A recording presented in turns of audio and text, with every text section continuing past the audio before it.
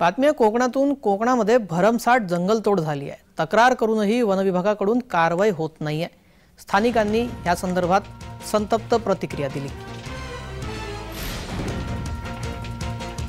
या जंगलतोडीची तक्रार केली तरीही यावर वनविभागाकडून कुठलीही कारवाई केली जात नाहीये। भरमसाठ प्रमाणामध्ये कोकणामध्ये ही जंगलतोड केली जात आहे।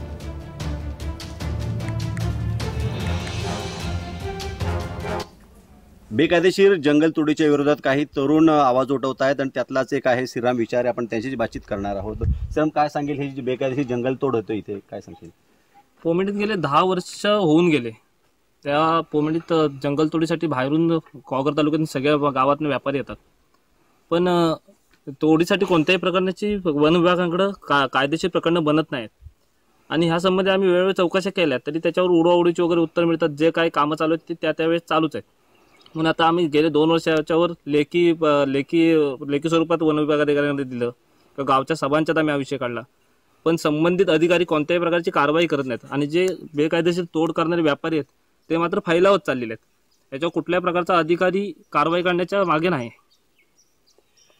कुठल्याही प्रकारचं नियंत्रण नसल्यामुळे अशी बेकायदेशीर जंगलतोड होत आहे। आणि या जंगलतोड करत असताना संबंधित जमीन मालक शेतकऱ्याला विचारत न घेता त्याचं जंगल तोडलं जातं परस्पर आणि मालकाला कळत नाहीये।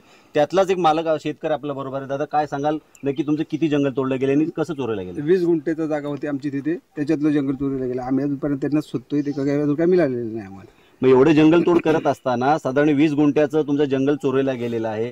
समज काय तुम्ही फॉरेस्टला वगैरे काय तक्रार केलेली आहे का तशी? नाही, म्हणजे अजून त्याचं म्हणजे कसं सर्व आपल्याकडे काहीतरी कागदपत्र पाहिजेत ना, त्याच्यासाठी आमचं सर्व प्रयत्न चालू आहेत। म्हणजे त्याचा नकाशा, 7/12 वगैरे सर्व आजूबाजूवाल्यांचे 7/12 वगैरे काय करायचं तर ते सर्व प्रयत्न चालू आहेत।